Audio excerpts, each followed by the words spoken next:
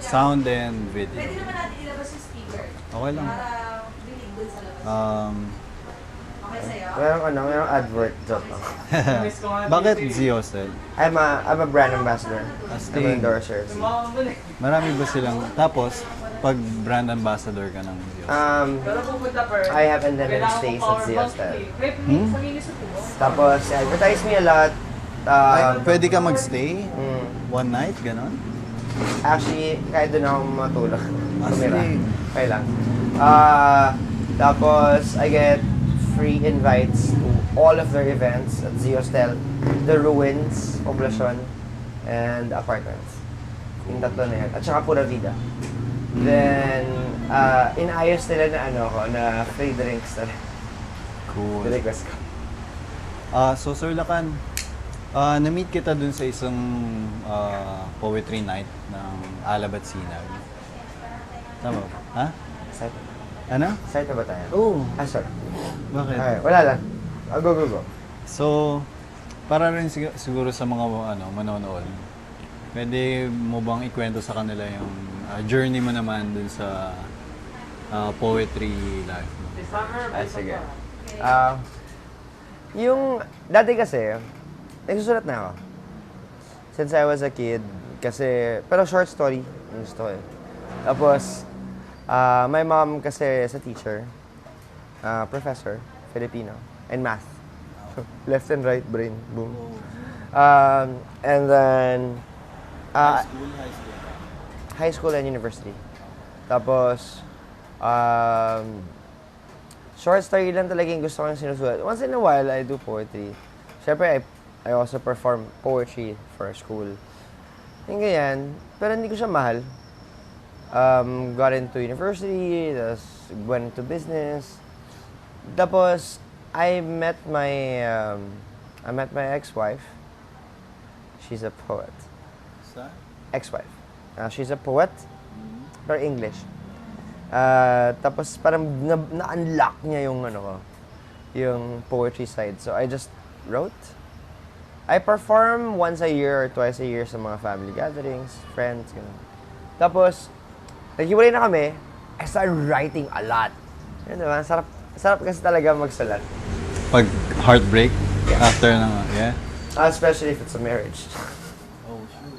Diba? Ganun na ba katagal? 6 years. I don't know, we were married for 6 years. Tapos, I started writing, may kami naghiwalay 2015. Tapos, I started writing September. Tapos, I wrote, for 1 year, I intensively wrote. Kasi hinanap ko yung boses ko. I felt like I lost it. So I wrote about anything. Tapos gusto ko mag-perform. Kaya lang, hindi lang sumasakto. Siguro takot pa ako, hindi ko lang gusto. I don't know.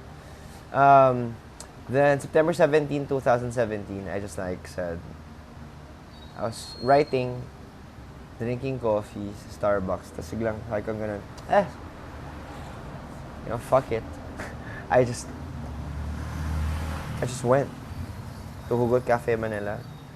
And then, sunod-sunod na Hugot Cafe Manila. Sunod-sunod na siya. Hanggang ngayon ba pa rin sila? So, I haven't been. Gusto kong balikan. On my in my third event, na pinuntahan ko, I met 5 poets. Tapos, we put up a support network called Tintat Letra. Tintat Letra. Tapos, 2 months after wala kasing leader nun. Tapos, pagdating second month namin, marami ng events. We had our own events already. So parang sabi ko, I think we need to have a leader. And nobody wants to be the leader. So I said, okay, fine. I'll be the one. Let's do this. So, and then I changed the name to Alab at Sinag.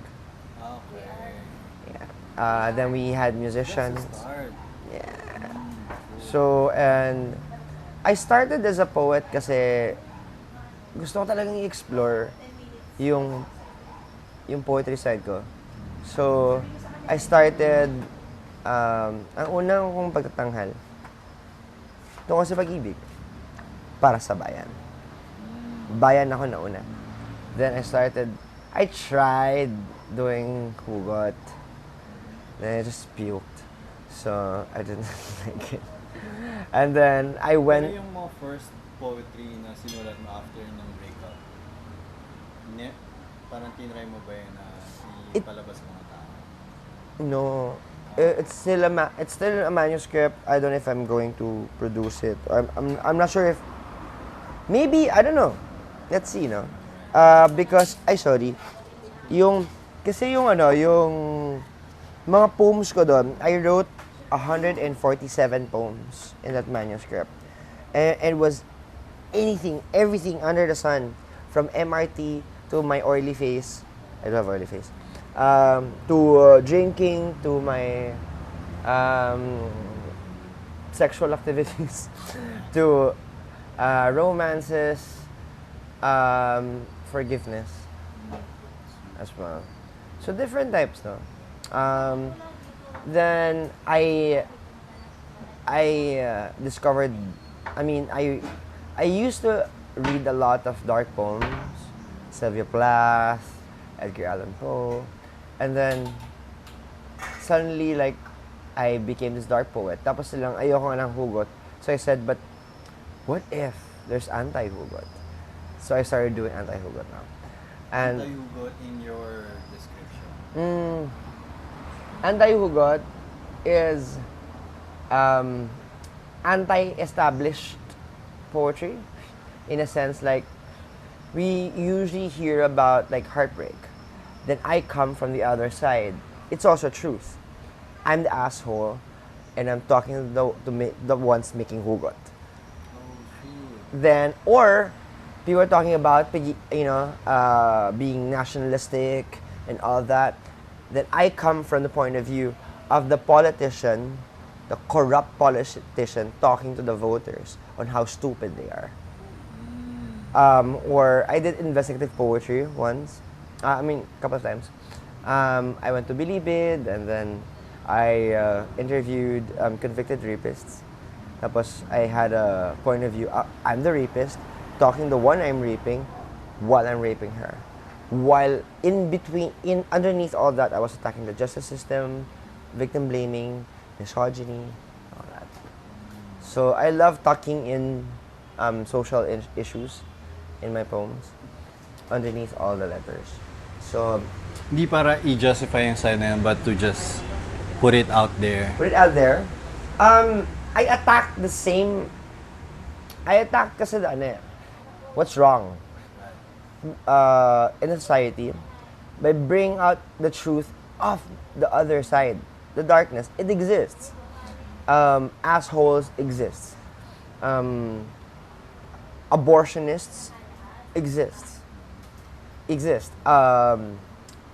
Ano ba yung mga ginawa ko? Adulterers exist. So I bring their point of view, not to justify them, but in my point of view, why do I need to justify something that's already there? And people love running away from them. So I'm throwing it at the people who run away. Oh, nice. So, Parang you're rubbing it to their faces. yeah. One of the things in hugot, the traditional hugot about heartache, I just think that hugot, that type of hugot poetry or perspective, is the wailing, sinaktan niya ako, iniwan niya ako, and all that. It's running away from the truth. You're not facing it. You're just wallowing.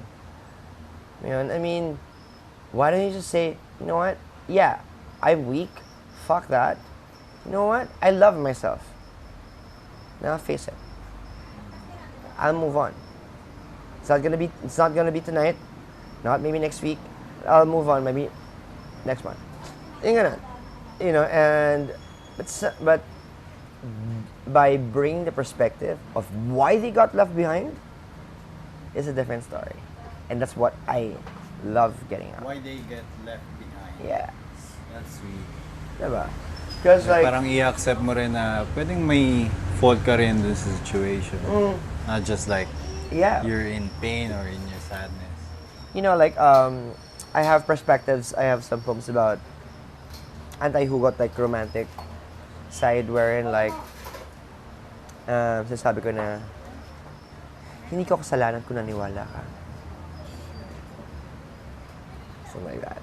Or, I have this anti-hugot in a sense, but it's social. The title of that poem is Tamaan sa Tugmaan. And I attack, quote-unquote, feminism by bringing out the truth of misogyny and patriarchy that exists. And I had this point of view. I said, gusto niyo ng kapantayan pero kailangan namin tumayo para sa inyo sa MRT. Dahil babae kayo. Yung image na yun for a while, naging parang debate yan sa internet. You know, like, whether to stand up. Yeah, because like for me, like if you want equality, then we should be equals. Unless you're carrying a baby, that's a different story. But like if you're an able woman, then you should be able to stand up like we do. Right? Ba't kailangan kami magbukas sa mga pinto sa inyo? Ikaw kayo magbukas ng pinto. Nasa unahan kayo. You know what I mean? If you want that. I think that's a parang traditional way of like living yung for the mag-open for the girls. Diba? So, and I also like say that why can't men open doors for other men? You know, like, Gay. yeah, people say, that's so gay. I'm like, dude, no, it's just that nandito ako sa unahan. Tapos, nagmamadali ka, mukha ka nagmamadali. Kaya paunahin kita. Okay lang? Okay lang. Diba? Kasi mga ganyan, I love asking questions, even when I was a kid. As in, yung tatay at saka nanay ko talaga naluloko lahat sila. Na parang hindi lang yung parang, why is Sky? Hindi ako ganun. As tinatanong ko ganun na, I remember asking my dad about the sky. Sabi ko ganun, why is the sky, why does it have a color? Why is it not red? Why can't it be clear? Tagos, no? Tagos. Why can't I see the stars? Why is it black at night? So, yung mga ganyan, or I would ask questions before. Reflection ata ng water, you know? Yeah. Right? Yes. It's the ng sun. the water crystal. Science.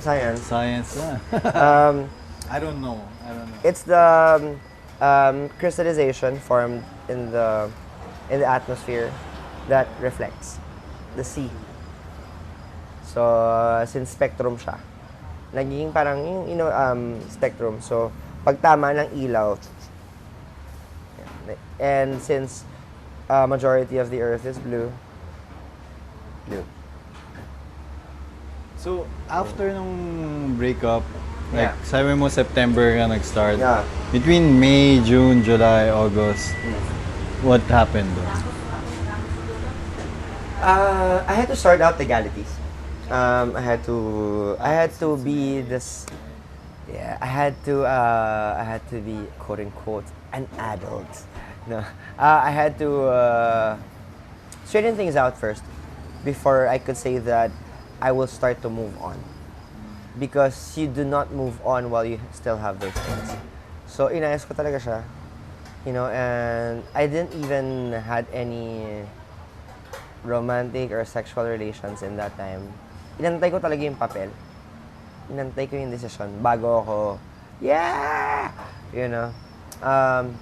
So, I had to just focus on my business.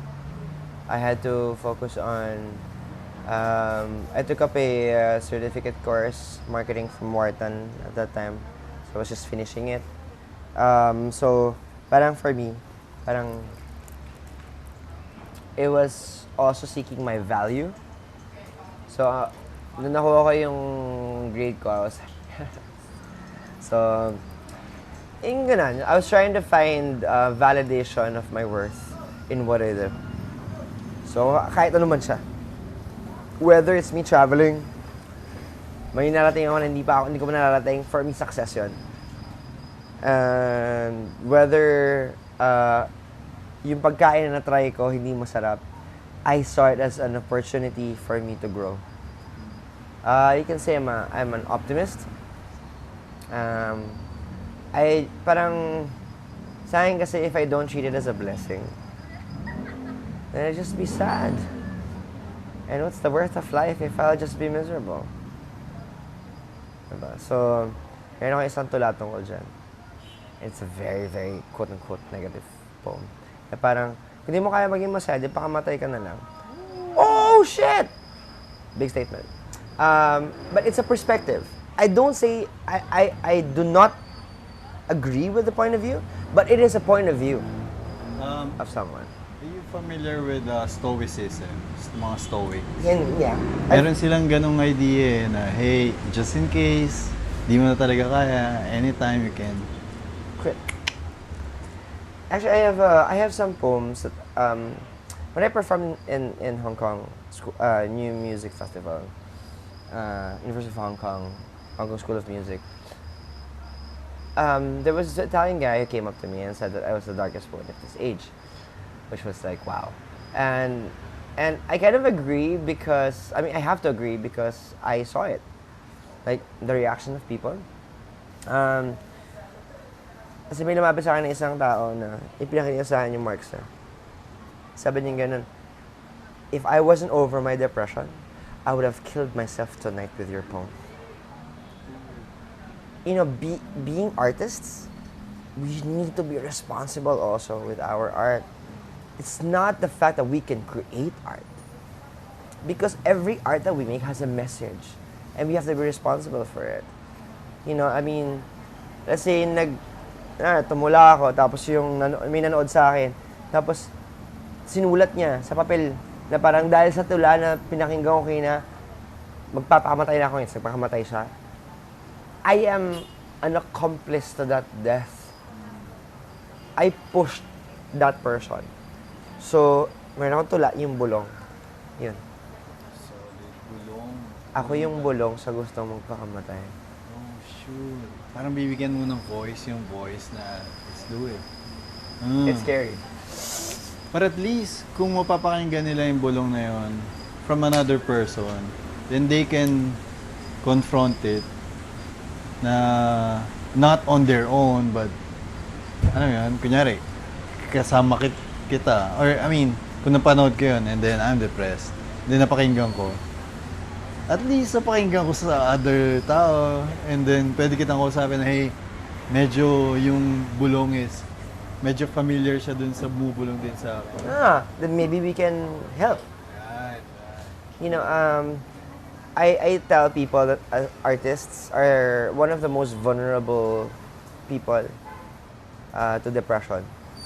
Because we open ourselves so much. Our emotions, our person, our character, to topics or personas na sobrang dilim. You know, and I personally, I have rescued more than 20 artists from the act of suicide. Kasi tumawag sila sa akin, hawak na nila yung kutsilyo. Or tinawagan ko sila na hawak nila yung pills. Yan. So,